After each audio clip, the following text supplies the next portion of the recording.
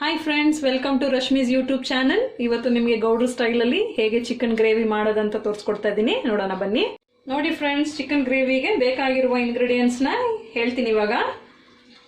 ಅರ್ಧ kg chicken, chilli powder 1 spoon, ಧನಿಯಾ ಪುಡಿ 1 ಚಮಚ, 2 ಚಿಟಿಕೆಯಷ್ಟು ಅರಿಶಿನದ ಪುಡಿ, ರುಚಿಗೆ ತಕ್ಕಷ್ಟು ಉಪ್ಪು, ಸ್ವಲ್ಪ ಪುದೀನ, ಸ್ವಲ್ಪ ಕೊತ್ತಂಬರಿ ಸೊಪ್ಪು, ಬಿಡಿಸ್ಕೊಂಡಿರೋದು 1 ಗೆಡ್ಡೆಯಷ್ಟು ಬೆಳ್ಳುಳ್ಳಿ, ಚಿಕ್ಕದಾದ ಒಂದು ಸ್ವಲ್ಪ ಶುಂಠಿ, 5 ರಿಂದ 6 ಹಸಿಮೆಣಸಿನ್ಕಾಯಿ, ತುರಿದಿಟ್ಕೊಂಡಿರೋ ಸ್ವಲ್ಪ ತೆಂಗಿನ ತುರಿ, ಒಂದೇ ಒಂದು ಟೊಮ್ಯಾಟೊ, ದಪ್ಪದಾಗಿರೋದ್ರಿಂದ 1 ತೊಗೊಂಡಿದ್ದೀನಿ. ನೀವು ಚಿಕ್ಕದಾಗಿದ್ರೆ 2 ಟೊಮ್ಯಾಟೊ ತೊಗೊಳ್ಳಿ. ಇದು ದಪ್ಪದಾಗಿರೋದು 1 ಆನಿಯನ್ನು, 15 ರಿಂದ 20 ಮೆಣಸು, ಕಾಳು ಮೆಣಸು, 2 ರಿಂದ 3 ಚಕ್ಕೆ ಪೀಸು ಚಿಕ್ಕದಾಗಿರಲಿ, ಸ್ವಲ್ಪ ತೊಗೊಳ್ಬೇಕಷ್ಟೇ, ಮಸಾಲೆ ಜಾಸ್ತಿ ಇರಬಾರ್ದು. 2 ರಿಂದ 3 ಲವಂಗ. ಇದಿಷ್ಟು ಬೇಕಾಗಿರುವ ಇಂಗ್ರೀಡಿಯೆಂಟ್ಸು. ಸ್ಟವ್ ಆನ್ ಮಾಡ್ಕೋಬೇಕು. ಈ ಥರ ಒಂದು ಪ್ಯಾನ್ ತಗೋಬೇಕು ಫ್ರೈ ಮಾಡ್ಕೊಳ್ಳೋದಕ್ಕೆ. ಹೈ ಫ್ಲೇಮಲ್ಲಿ ಇಟ್ಕೊಳ್ಳಿ. 3 ಸ್ಪೂನ್ ಅಷ್ಟು ಎಣ್ಣೆ ಹಾಕೊಳ್ಳಿ.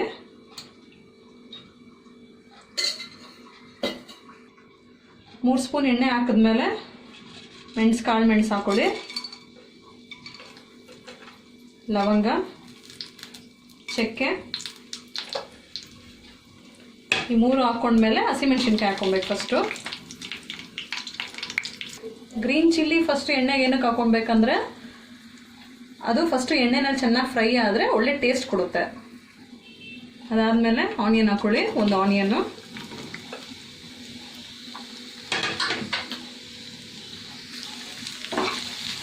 ಆನಿಯನ್ ಚೆನ್ನಾಗಿ ಫ್ರೈ ಆಗಬೇಕು. ಫಸ್ಟು ಚೆನ್ನಾಗಿ ಫ್ರೈ ಮಾಡ್ಕೊಳ್ಳಿ.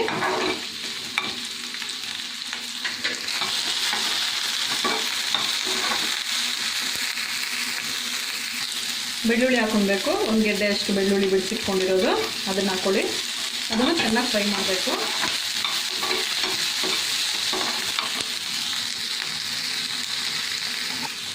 ಬೆಳ್ಳುಳ್ಳಿ ಆದಮೇಲೆ ಶುಂಠಿ ಹಾಕೊಬೇಕು. ಇದು ಎಷ್ಟು ಚೆನ್ನಾಗಿ ಫ್ರೈ ಆಗುತ್ತೋ ಅಷ್ಟು ಚೆನ್ನಾಗಿ ಟೇಸ್ಟ್ ಬರುತ್ತೆ ನಿಮಗೆ ಗ್ರೇವಿ. ಅದಾದಮೇಲೆ ಪುದೀನ ಹಾಕೊಳ್ಳಿ.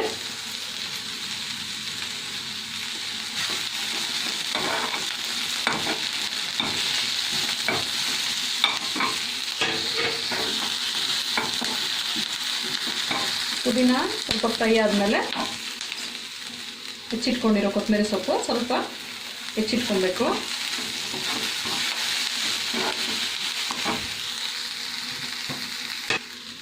ದಪ್ಪದಾಗೆ ಕಟ್ ಮಾಡ್ಕೊಂಡಿರೋದು ಒಂದೇ ಒಂದು ಟೊಮ್ಯಾಟೊ ಇದಕ್ಕೆ ಹಾಕಿ ಚೆನ್ನಾಗಿ ಫ್ರೈ ಮಾಡ್ಕೊಳ್ಳಿ ಹೈ ಫ್ಲೇಮಲ್ಲಿ.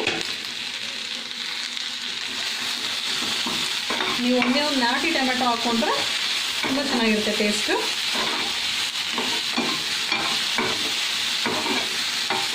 ನೀವು ಈ ಥರ ಮಸಾಲೆ ಎಲ್ಲ ಫ್ರೈ ಮಾಡ್ಕೊಂಡು ನೀವು ಗ್ರೇವಿ ಮಾಡಿದ್ರೆ ತುಂಬಾ ರುಚಿ ಇರುತ್ತೆ. ಸ್ವಲ್ಪ ಅರಿಶಿನದ ಪುಡಿ ಹಾಕೊಳ್ಳಿ, 2 ಚಿಟಿಕೆ ಅಷ್ಟು. ಚೆನ್ನಾಗಿ ಫ್ರೈ ಮಾಡ್ಕೊಳ್ಳಿ ಇದನ್ನು.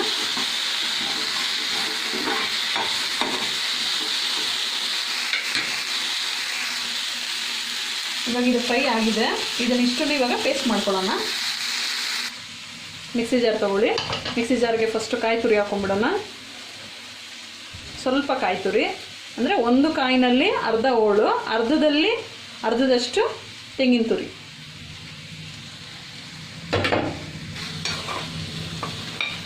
ಇದನ್ನೆಲ್ಲ ಮಿಕ್ಸಿ ಜಾರ್ಗೆ ಹಾಕೊಳ್ಳೋಣ ಇವಾಗ. ಇದಿಷ್ಟನ್ನು ನುಣ್ಣಗೆ ಪೇಸ್ಟ್ ಮಾಡ್ಕೋಬೇಕು.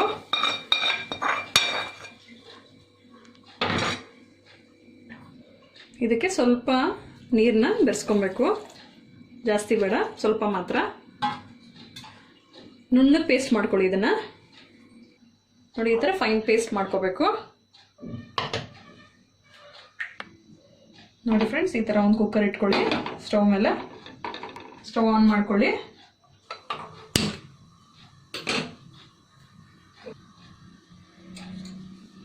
ಸ್ವಲ್ಪ ಎಣ್ಣೆ ಹಾಕ್ಕೊಳ್ಳಿ, 1 2 3 4 ಒಂದು 5 ಚಮಚದಷ್ಟು ಎಣ್ಣೆ ಹಾಕೊಂಡ್ರೆ ಸಾಕು.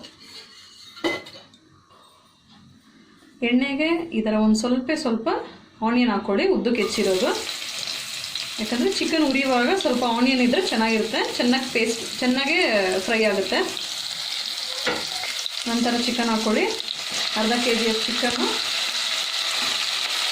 ತಿನ್ನೋ ಚಿಕನ್ ಹಾಕ್ಕೊಬೇಕು.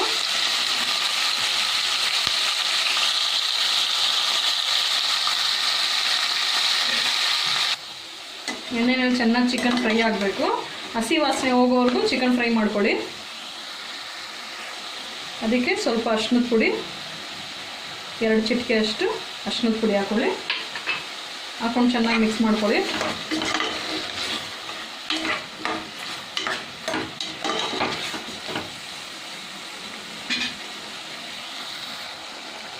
ಚೆನ್ನಾಗಿ ಫ್ರೈ ಮಾಡ್ಕೊಳ್ಳಿ.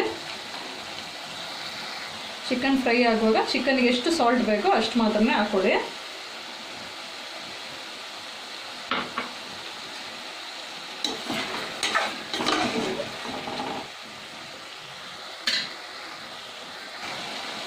ನೋಡಿ, ಚಿಕನ್ ಇವಾಗ ಹಸಿ ವಾಸನೆ ಎಲ್ಲ ಹೋಗಿದೆ. ಇದಕ್ಕೆ 1 ಸ್ಪೂನ್ ಚಿಲ್ಲಿ ಪೌಡರ್, 1 ಸ್ಪೂನ್ ಧನಿಯಾ ಪುಡಿನ ಇದಕ್ಕೆ ಹಾಕ್ತಾ ಇದ್ದೀನಿ. ಚೆನ್ನಾಗಿ ಮಿಕ್ಸ್ ಮಾಡ್ಕೊಳ್ಳಿ. ಎಣ್ಣೆನಲ್ಲೇ ಚೆನ್ನಾಗಿ ಫ್ರೈ ಆಗಬೇಕಿದು. ನಾವು ನೀರು ಮಸಾಲೆ ಎಲ್ಲ ಹಾಕಿದ ಮೇಲೆ ಈ ಪುಡಿನ ಹಾಕಬಾರ್ದು. ಅದಕ್ಕೆ ಮುಂಚೆನೇ ಈ ಥರ ಎಣ್ಣೆನೆಲ್ಲ ಹಾಕಿದ್ರೆ ಒಳ್ಳೆ ಟೇಸ್ಟ್ ಬರುತ್ತೆ.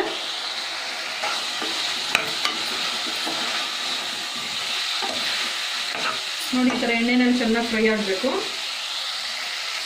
ನೋಡಿ, ಈ ಥರ ಚಿಲ್ಲಿ ಪೌಡ್ರು, ಧನಿಯಾ ಪೌಡ್ರು ಇದಕ್ಕೆ ಹಾಕಿ ಈ ಥರ ಫ್ರೈ ಮಾಡಿದಾಗ ಈ ಥರ ಎಣ್ಣೆ ಬಿಟ್ಕೊಬೇಕು.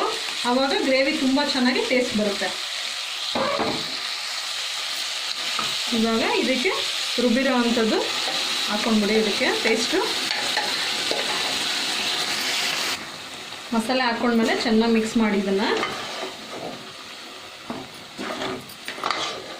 ಚೆನ್ನಾಗಿ ಮಿಕ್ಸ್ ಮಾಡಿಕೊಂಡು ಇದಕ್ಕೊಂದು 2 ಗ್ಲಾಸಷ್ಟು ನೀರನ್ನ ಹಾಕ್ಕೊಳ್ಳೋಣ. ಇದಕ್ಕೆ 2 ಗ್ಲಾಸಷ್ಟು ನೀರು ಹಾಕ್ಕೊಳ್ಳಿ. ಈ ಥರ ಒಂದು ಗ್ಲಾಸಲ್ಲಿ 2 ಗ್ಲಾಸಷ್ಟು ನೀರು. ನೋಡಿ ಫ್ರೆಂಡ್ಸ್, ಇವಾಗ ಚಿಕನ್ ಗ್ರೇವಿಗೆ 2 ಗ್ಲಾಸ್ ನೀರು ಹಾಕ್ಕೊಂಡಿದ್ದೀವಿ. ಇದಕ್ಕೆ ಸಾಲ್ಟ್ ಆಲ್ರೆಡಿ ನಾವು ಚಿಕನ್ ಫ್ರೈ ಮಾಡುವಾಗ ಸ್ವಲ್ಪ ಸಾಲ್ಟ್ ಹಾಕ್ಕೊಂಡಿದ್ವಿ. ಇವಾಗ ನೀರು ಹಾಕ್ಕೊಂಡ್ಮೇಲೆ ಇನ್ನೂ ಎಷ್ಟು ಸಾಲ್ಟ್ ಬೇಕಾಗುತ್ತೆ ಅಂತ ಟೇಸ್ಟ್ ಮಾಡಿ ನೋಡಿಬಿಟ್ಟು ಆಮೇಲೆ ನೀವು ಸಾಲ್ಟ್ ಹಾಕ್ಕೊಳ್ಳಿ.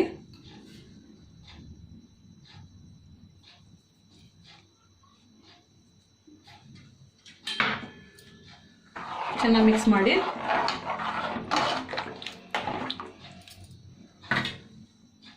ಇದಕ್ಕೆ ಸ್ವಲ್ಪ ಕೊತ್ತಂಬರಿ ಸೊಪ್ಪನ್ನ ಉದುರಿಸ್ಕೊಳ್ಳಿ. ಕುಕ್ಕರ್ ವಿಸಿಲ್ ಕೊಡೋಣ ಇವಾಗ.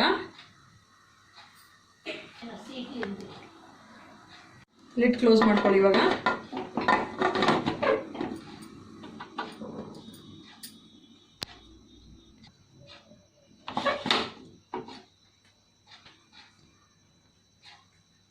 ನೋಡಿ ಫ್ರೆಂಡ್ಸ್, 1 ವಿಸಿಲ್ ಬಂದರೆ ಸಾಕು. ಚಿಕನ್ ಆಲ್ರೆಡಿ ಅರ್ಧ ಬೆಂದಿರುತ್ತೆ. ಬರೀ ಗ್ರೇವಿ ಮಾತ್ರನೇ ಸ್ವಲ್ಪ ಎಣ್ಣೆ ಬಿಟ್ಕೊಂಡ್ರೆ ಇನ್ನೂ ಚೆನ್ನಾಗಿರುತ್ತೆ. ಆಗಿದೆ, ನೋಡೋಣ.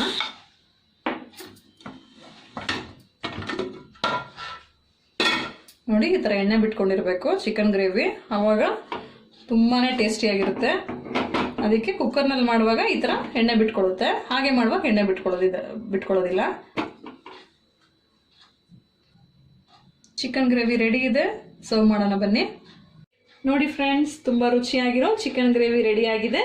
ನೀವೆಲ್ಲ ಒಂದ್ಸಲ ಟ್ರೈ ಮಾಡಿ ನೋಡಿ. ಇದನ್ನ ನೀವು ಅನ್ನದ ಜೊತೆ, ಮುದ್ದೆ ಜೊತೆ, ಇಲ್ಲಾಂದರೆ ಚಪಾತಿ ಜೊತೆ ಆದರೂ ತಿನ್ಬೋದು. ಈ ವಿಡಿಯೋ ನಿಮ್ಗೆ ಇಷ್ಟ ಆಗಿದ್ರೆ ಲೈಕ್ ಮಾಡಿ, ಶೇರ್ ಮಾಡಿ, ಸಬ್ಸ್ಕ್ರೈಬ್ ಮಾಡಿ. Thank you.